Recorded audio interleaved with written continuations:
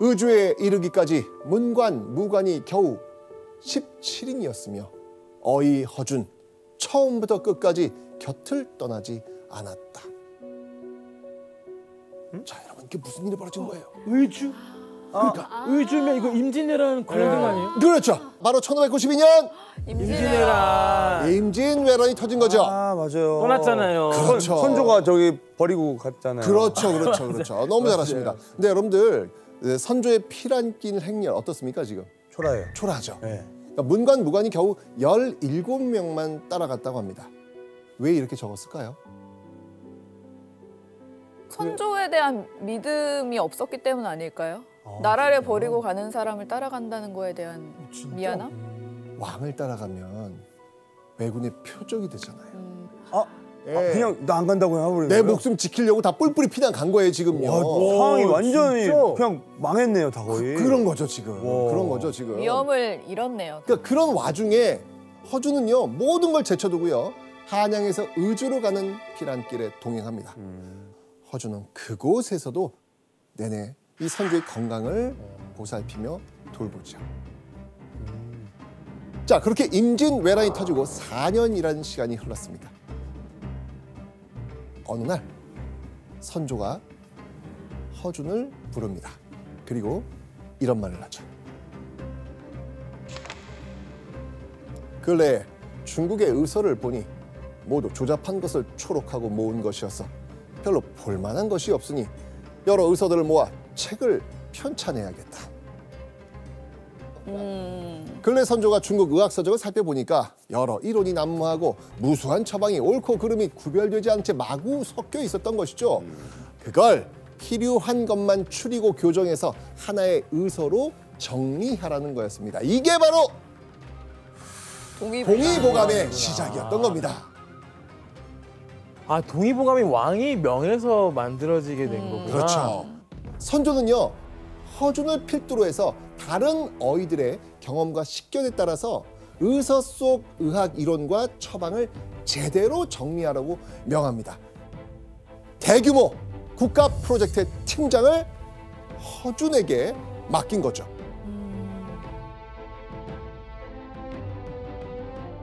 근데 허준이 선배 관들도 있는 것 같거든요.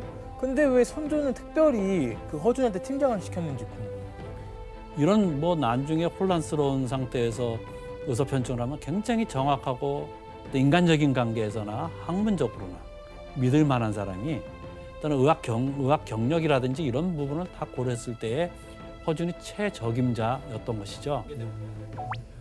허준을 필두로 내의원 실력자 6명이 함께한 동의보감 프로젝트. 자, 이때요. 선조는 새 의서를 지을 때 반드시 반영해야 할 3가지 지침을 내립니다. 자, 한번 보시죠. 섭생이 먼저고 약석은 그 다음이다. 자, 이게 무슨 말인 것 같아요? 자연치유. 오, 그게 먼저고 그 다음에 약을 써라. 아유, 좋아요. 자, 선조가 제일 강조한 거는요. 첫 번째가 섭생입니다. 병에 걸린 후 치료하는 것보다 먼저 병에 걸리지 않게 노력한다라는 걸 뜻합니다. 오늘날의 예방의학, 면역 기르기와 그 결이 같다고 볼 수 있습니다. 맞아, 면역이 제일 중요해요. 그럼요, 너무 중요하죠. 운동선수들도 그래서 이 훈련도 중요한데 회복하고 자는 것도 훈련이다. 쉬는 것도 훈련이다 이렇게. 먹는 것도 훈련이다 이런 말이 있는 것처럼 면역력이 제일 중요합니다. 그럼 동현 씨의 어떤 섭생 노하우 있습니까? 아 이거 진짜 동현보감 하나 낼 정도로 너무 동현보감! 많아서 동현보감 내야 돼. 너무 동현보감. 많아서 진짜 최고는 비타민 C 누구나 알잖아요. 근데 네. 그 비타민 C를 어마어마하게 먹어야 돼요. 아, 그래요? 네, 비타민 C가 챔피언을 만들어준다. 그렇게 생각합니다. 진짜 제일 중요해요. 그래서 오늘 일부러 노란색을 입으셨구나. 비타민. 진짜 비타민 C 종류가 되게 많은데 좋은 거 해가지고 먹으면 그게 진짜 최고고. 그래요? 또 저는 장어를 민물장어를 그냥 냄비에 통으로 살아있는 거 그대로 넣어서 그대로 그냥 삶는 게 있어요. 몇 시간을 계속. 삶아요, 장어를? 몇 시간을 끓이면 어머니가 해주시거든요, 그걸. 그거는 진짜 와, 그건 보약이에요, 보약. 요즘도 해주시나요? 요즘은 자주 안 해주세요. 선수할 땐 자주 해주셨는데 네, 선수 때는 어머니가 이제 맞으면 안 되니까 이거 먹고 한 대 더 때려라 해주셨어요. 네. 또 뭐가 있을까요? 그 마카라고 있어요. 이게 마카? 그 페루의 인삼이라는 식물인데 그게 이제 우리나라 인삼도 마찬가지지만 그 마카가 땅 속에서 자라잖아요. 그 마카를 한번 이제 재배를 하면 그 땅을 몇 년 동안 그 수확을 못 해요. 땅의 영양분을 다 먹어서. 인삼하고 비슷하네요, 진짜. 예, 인삼이랑 비슷해요. 그래서 그 마카를 이제 가루로 해가지고 먹으면 남자들한테 좋다 이런 말도 있고, 정말요? 예, 건강해진다 뭐 이런 말이 있어서 그런 것도 이제 동연보감이 실립니다. 네. 자, 그리고 두 번째로 강조한 게 약석. 약과 돌침이라는 뜻인데요. 온갖 약재와 치료를 통틀어서 말하는 겁니다. 그러니까 어떤 병에 어떤 약을 써야 하는지 제대로 적으라는 거였습니다. 자, 그러면 세 번째는 뭐였을까? 우리나라에서는 약재가 많이 산출되지만 사람들이 제대로 알지 못하니 종류별로 나누고 우리나라에서 부르는 명칭을 병기하여 백성들이 쉽게 알 수 있도록 하라. 제일 중요한 그렇죠, 거네요. 제일 왜냐면 중요하죠. 백성들이 알아야 되니까. 그렇죠. 백성이 있을 수 있게 어떤 약초를 써야 하는지 분류를 잘 하고 백성들이 실제 부르는 이름으로 약재명을 기록하라 라는 거였습니다. 자, 여기 보면요. 복숭아 씨 죽순도 보이고요. 그다음에 보리쌀도 보이고요. 그리고 도랏, 이건 이제 도라지예요. 도라지 보입니다. 선조의 지침대로 중국식으로 한자 명칭을 쓰고 그 아래에 조선에서 부르던 명칭을 훈민정음으로 함께 적어둔 거예요. 교수님, 그럼 동의보감 이전에는 한글로 쓰인 적이 없었나요? 의서 가운데 그 간단한 책자들, 가령 전염병에 관한 벽원방이라든지 그다음에 임신과 출산에 대한 태산방 이런 데에서는 한글로 훈민정음 원문으로 쓰기도 했지만 약재 전체를 국산 약재 전체를 대상으로 해서 훈민정음 이름을 단 것은 동의보감이 최초입니다. 와, 진짜. 자, 이런 선조의 지침을 머리에 새기며 야심차게 시작한 동의보감 프로젝트. 조선에 없던 의서를 만든다는 이 사명감으로 정말 이 의욕에 불타올랐겠죠. 그죠. 하지만 이게 기획부터 만만하게 볼 작업이 아니었습니다. 당장 무엇을 어떻게 넣을 것인지 정하는 게 관건이었거든요. 시작을 어떻게 해야 되는 건지 모르니까. 허준과 다섯 의관들은요 매일 의서를 펼쳐놓고 머리를 맞대고 토론하고 연구합니다. 자, 그런데요 겨우 목차를 정리했을 때 이 팀이 산산조각이 납니다. 왜요? 왜요? 조하나 씨, 1597년. 정유재는? 그렇죠.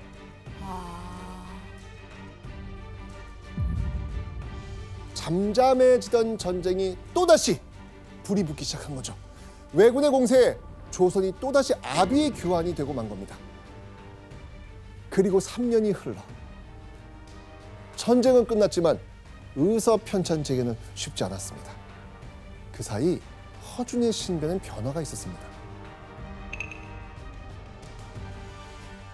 내의원의 수장이자 최고참 어인 양해수가 사망한 후 허준이 그 뒤를 이어 최고참 어인 수의가 된 거예요.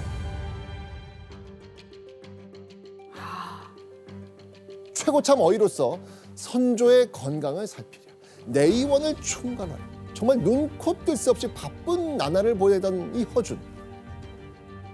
근데 어느 날 선조가 허준을 불러서 뭔가를 건넵니다. 다시 허준에게 하교하여 홀로 책을 편찬하게 하시고 대궐에서 소장하고 있는 의서 500권을 내어주어 고증하게 하셨다. 선조가 허준에게 대궐에 있던 의서 500권을 주면서 내용을 추려보라 라고 한 겁니다. 500권. 혼자서라도 꼭 다시 의학서 편찬 작업을 시작하라라는 명이었죠. 혼자 한다는 게 오. 말이 안 돼요. 아, 그렇게 영영 중단될 줄 알았던 동의보감 편차는 이렇게 다시 시작됩니다. 1608년 2월 선조가 갑자기 쓰러지고 결국 세상을 떠나고 만 겁니다. 뭔가 근데 아까 미션을 주셨는데 네. 완성된 걸 딱 보여드리고 싶었을 텐데 그러니까요. 자책을 많이 하지 않았어요. 그렇죠. 근데 오히려 떠나셨으니까 남아있는 내가 더 이걸 잘 완성해내야겠다라고 다짐하는 시간이 됐을 것 같아요. 그러니까요. 그렇게 다음 날이 됩니다. 15대 왕 누가 즉위합니까? 광해군. 광해군이 즉위합니다. 자, 이때 허준은 어떻게 지냈을까요? 근데 그 어쨌든 동의보감을 계속 써내려가는 숙제가 있으니까 광해군이 막 뭐 안 했겠죠? 자, 허준은 이렇게 지내게 됩니다. 허준은 이미 삭직시켰으니 문외로 출송시키도록 하라.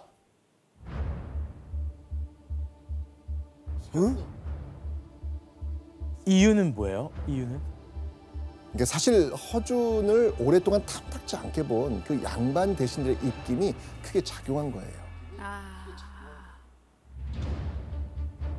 어이가 왕을 못 살렸습니다. 이것은 바로 직무유기입니다. 벌하셔야 됩니다. 라고 청한 거예요. 아, 그 선조가 죽은 이유를 지금 허준으로 보고 있는 거예요? 이거 책임지라는 거죠. 그런 걸 서로 잘 도우고 의견을 같이 해서 이걸 살려나가는 방법으로 나갔어야 되는데 그러니까. 그냥 싫으면은 그냥 끝내버리려고 그러니까 문제지. 그거 좀 지켜주셨어야 되는데 안 지켜주시고. 한번 조금 가긴 갔지. 네. 그러다가 그냥 쫓겨갔지. 같이 쫓겨났어요. 사실 광해군은요 허준을 유배 보낼 마음이 없었어요. 하지만 대신들은 끈질겼고요. 결국 허준이 유배를 가고 만 겁니다. 최고참 어이로서 선조의 죽음에 책임을 지고 유배를 간 허준. 유배 생활 1년이 지난 1609년 11월 허준이 한양에 나타납니다. 광해군이 내의원에 실력 있는 의관이 참 적다라고 하면서 누굴 불러들인 거예요? 허준을 불러들인 겁니다. 다행이다. 네. 그렇게 광해군의 허위로 다시 내의원으로 복귀한 허준은요. 이듬해 8월 광해군에게 향하죠. 선왕께서 찬집하라고 명하신 책이 과인이 계승한 뒤에 완성을 보게 되었으니 내가 비감한 마음을 금치 못하겠다. 광해군을 벅차게 만든 허준의 책, 바로 동의보감. 선조가 명한 지 무려 14년 만에 탄생을 한 겁니다.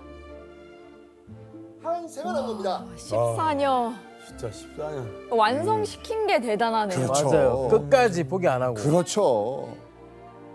허준이 유배를 간 건 고통이긴 했겠지만 유배지에서 온전히 동의보감 집필에만 전념할 수 있었거든요. 그렇게 한 사람이 작업했다고 하기엔 믿을 수 없는 방대한 양의 동의보감을 완성해낸 겁니다. 자, 이 동의보감을 완성한 허준의 마음은 그때 어땠을까요? 벅차죠. 그동안의 뭐 여정 같은 것도 생각나고 그리고 이 책으로 앞으로 어떤 효과들이 있을까에 대해서 뭐 상상하면 계속 기대되고만 했을 것 같아요. 그렇죠. 네. 자, 그렇게 세상에 나오게 된 동의보감. 과연 허준은 그 속에 어떤 내용을 담았을까요? 동의보감에 적힌 건강관리의 기본을 한번 보여드리겠습니다.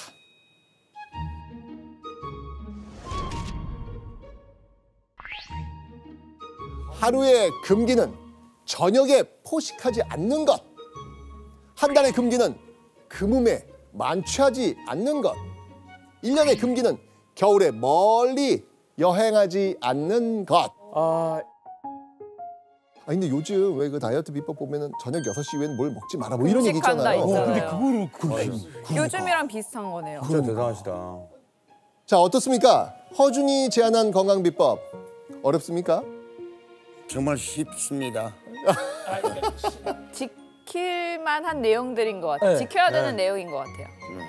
마침 여름에 접어들고 이제 곧 무더위가 찾아올 때입니다. 동의보감에서는요, 사계절 중 여름을 잘 나는 게 건강에 굉장히 중요하다고 이건 중요하죠. 그래서 우리 여름에 꼭 보양식 챙겨 먹잖아요. 그렇죠. 그래서 조선시대 왕실에서 즐겨 먹던 동의보감표 음료가 있습니다.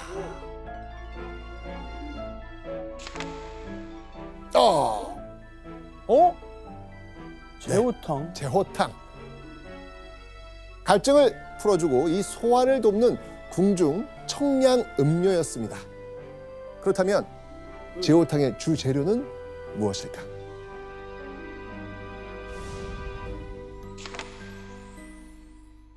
백단향과 초과, 사인, 오메요.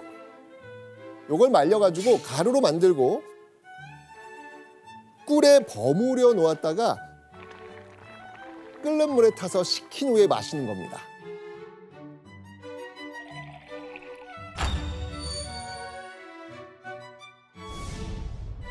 정조실록을 보면요, 아주 무더운 날 이 제호탕을 신하들에게 하사하기도 하지요. 우리 임영수님은 여름철 보양식으로 뭘 추천하시겠습니까? 보양제는 이제 뭐니 해도 오리. 오리 좋아하세요. 그리고 닭. 삼계탕을 먹으면은 예측할 수 없는 힘이. 자, 이 밖에도요, 우리가 여름철 그 몸을 보호하기 위해서 먹는 음식들 많이 있는데 동의보감에 어떻게 적혀 있을 것 같아요? 동의보감에. 되게 요리법이 상세하게 적혀 있을 것 그래요? 같아요. 자, 한번 보시죠. 제가 장어했잖아요. 이야, 대박. 방금 얘기한 거 아니에요? 네, 맞아요. 국 삶아가지고. 맞아요. 동의보감에는요, 푹 삶아 빈 속에 머무면 5장기의 허손을 보한다. 즉 약해진 오장을 보호한다는 겁니다. 뜨뜻하게 하는 거예요. 이야. 자, 그럼 동의보감에 적힌 또 다른 여름 보양식을 한번 보도록 하겠습니다. 짠! 수박! 수박! 자, 동의보감에서는요, 수박의 대표적인 효능을요, 목이 마른 걸 풀어주고 더위에 지치는 서독 증상을 없애고 소변을 잘 나오게 한다라고 적혀 있습니다. 그래서 조상들은 실제로 여름에 시원한 수박 화채를 즐겨 드셨고요. 그런 문화가 지금 우리에게까지 전해져 오고 있는 겁니다. 사실상 구할 수 없는 값비싼 재료로 동의보감을 쓰면 백성들이 보는 의미가 없잖아요. 진짜 백성들이 좀 구할 수 있는 것들을 재료로 써서 동의보감을 쓴 것 같아요. 건강에 관심을 갖는 초심자에서부터 아주 깊은 내용, 의학적 내용을 원하는 그런 전문적인 의원들까지도 다 포괄하는, 독자로 포괄하는 대단한 책이고요. 그렇기 때문에 수명도 길고 대단하게 어떤 높은 평가를 받는 측면이 있는 거죠. 자, 그렇다면 이 역작을 세상에 내놓은 이후 허준은 어떻게 지냈을까? 허준은요, 그 이후에도요, 정말 쉬지 않고 일합니다. 내의원에서 후학을 양성했고요. 광해군의 명으로 백성들의 목숨을 앗아가는 전염병을 연구하고 책을 씁니다. 허준은 그렇게 만년까지도 연구를 멈추지 않고 조선의학에 온 힘을 바쳤습니다. 그리고 1615년 11월 허준은 77의 나이로 세상과 이별을 합니다. 그때 비가 내렸어요. 그래서 이제 우리가 산골 경치 좋은 데서 이제 그 상해를 띄우고 그 상해를 따라가는데 그렇게 쓸쓸히 돌아가시는구나. 그게 또 드라마의 마지막 장면이기도 했고.